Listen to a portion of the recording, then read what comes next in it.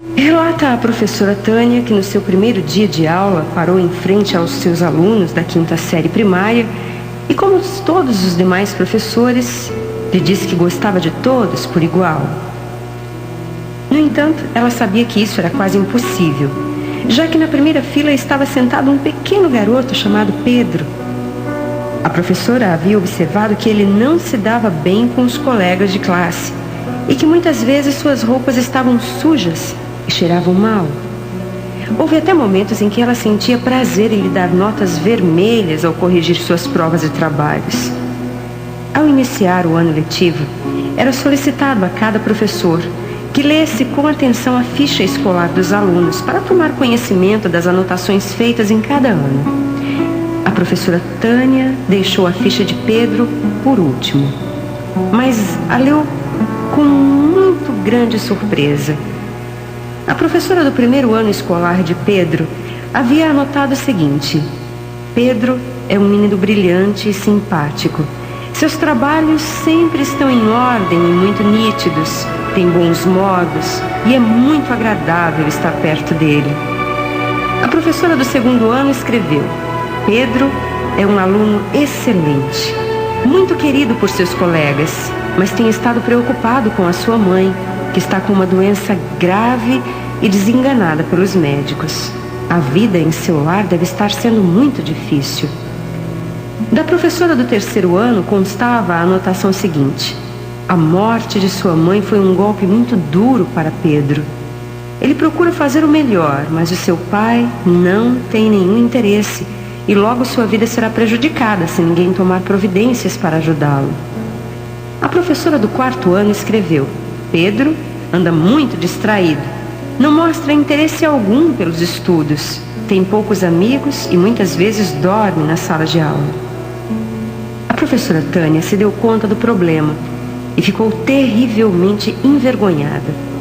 Sentiu-se ainda pior quando lembrou dos presentes de Natal que os alunos lhe haviam dado, envoltos em papéis coloridos, exceto o de Pedro, que estava enrolado num papel marrom de supermercado. Lembra-se de que abriu o pacote com tristeza enquanto os outros garotos riam ao ver uma pulseira faltando algumas pedras e um vidro de perfume ainda pela metade. Apesar das piadas, ela disse que o presente era precioso e pôs a pulseira no braço e um pouco de perfume sobre a mão. Naquele dia, Pedro ficou um pouco mais tempo na escola do que o de costume. Ela lembrou-se de que naquele dia, Pedro lhe disse que ela estava cheirosa como sua mãe. Naquele dia, depois que todos se foram, a professora Tânia chorou por um longo tempo. Em seguida, decidiu-se mudar na maneira de ensinar e passou a dar mais atenção aos seus alunos e especialmente a Pedro. Com o passar do tempo, ela notou que o garoto só melhorava. E quanto mais ela lhe dava carinho e atenção, mais ele se animava. Ao finalizar o ano letivo, Pedro saiu como o melhor da classe.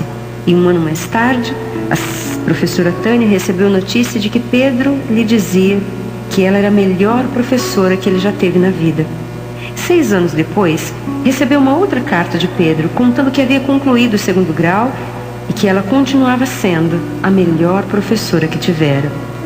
As notícias se repetiram, até que um dia ela recebeu uma carta assinada pelo doutor Antônio Pedro Carvalho, seu antigo aluno, mais conhecido como Pedro.